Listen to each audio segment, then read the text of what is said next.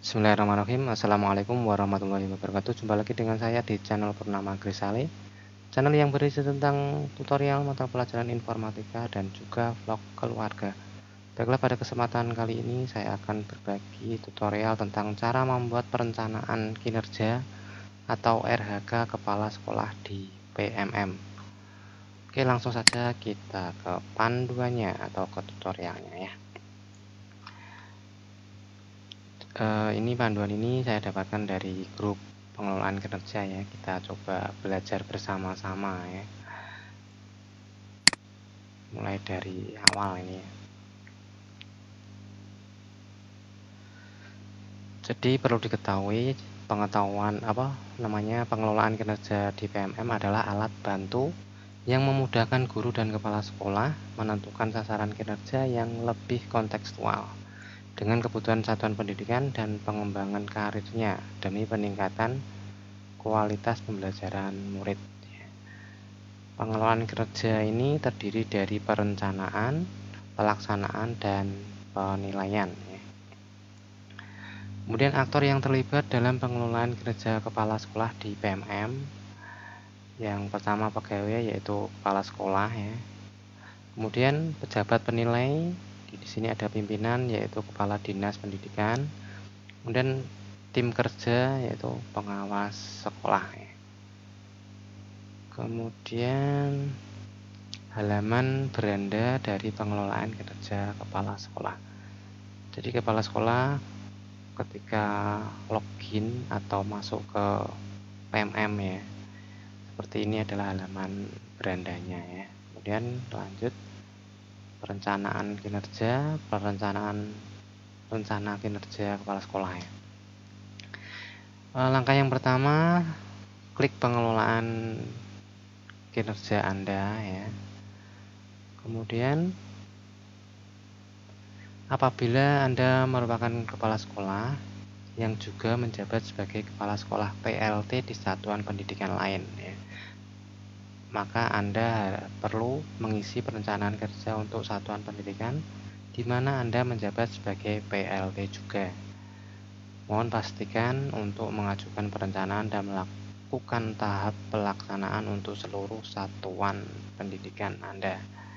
Jadi misalkan lebih dari satu sekolah ya, misalkan, nah ini contoh ya.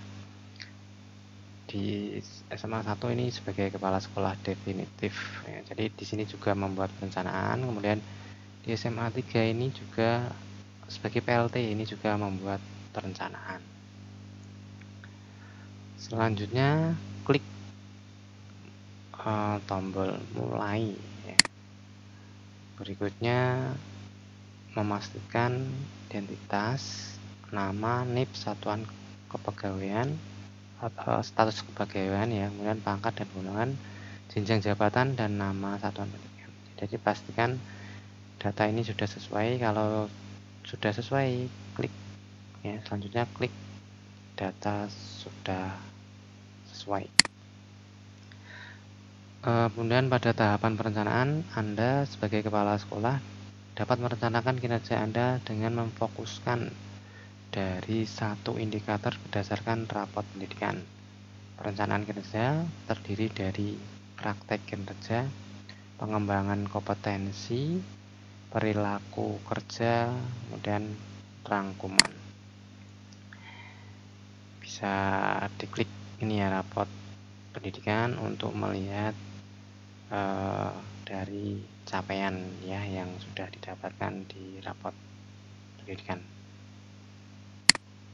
Kemudian berikutnya pilih satu indikator yang direkomendasikan atau Anda dapat memilih indikator lainnya jika merasa kurang sesuai ya. Kemudian klik pengembangan kompetensi ya, kalau sudah memilih satu indikator ini. Selanjutnya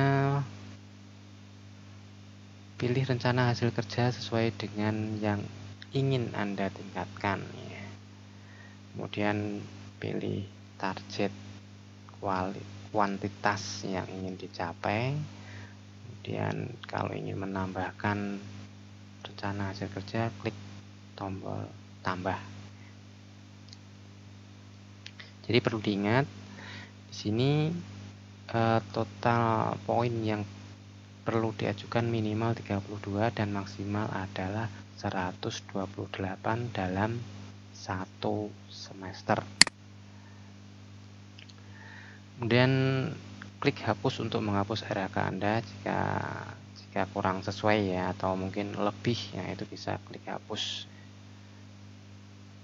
Kemudian penambahan dapat dilakukan beberapa kali sesuai dengan kebutuhan Anda. Nah, jika apabila sudah pengisian ini sudah selesai ya, klik ke perilaku kinerja. Berikutnya di perilaku kerja ini Anda diminta untuk memilih ya, atau mengisi 7 aspek yang dapat diobservasi ya. Kemudian kalau sudah ke rangkuman ya, 7 aspek tadi itu terangkum dalam kata berakhlak ya, yang mencerminkan perilaku yang harus dicapai oleh seorang ASN ya, berakhlak. Kemudian kalau sudah, klik lanjut untuk ajukan ini ya, untuk melanjutkan ke atasan ya, atau melakukan persetujuan ke atasan ya. Kemudian klik kumpulkan.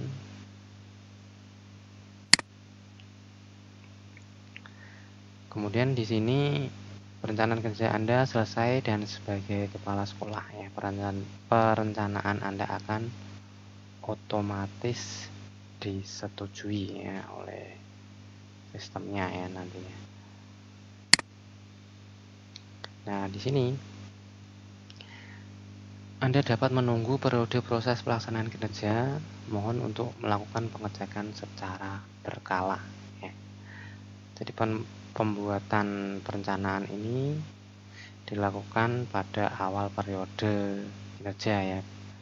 Kalau semester ini biasanya Januari ya, periodenya kan Januari, atau bulan Juli, Januari dan bulan Juli. Jadi dalam satu tahun itu ada 2 periode ya, periode Januari sampai Juni, kemudian Juli sampai Desember. Kalau untuk pembuatan RHK ini dilakukan bulan Januari dan bulan Juli tahun berjalan ya. Oke, itu saja yang bisa saya sampaikan untuk kali ini. Semoga bermanfaat. Kita belajar bersama-sama untuk meningkatkan kualitas pendidikan yang ada di Indonesia ya. Oke, itu saja. Jangan lupa ya, sekali lagi dukungannya untuk channel ini dengan cara like, comment, share, dan tentunya subscribe ya bagi yang belum subscribe. Wassalamualaikum warahmatullahi wabarakatuh.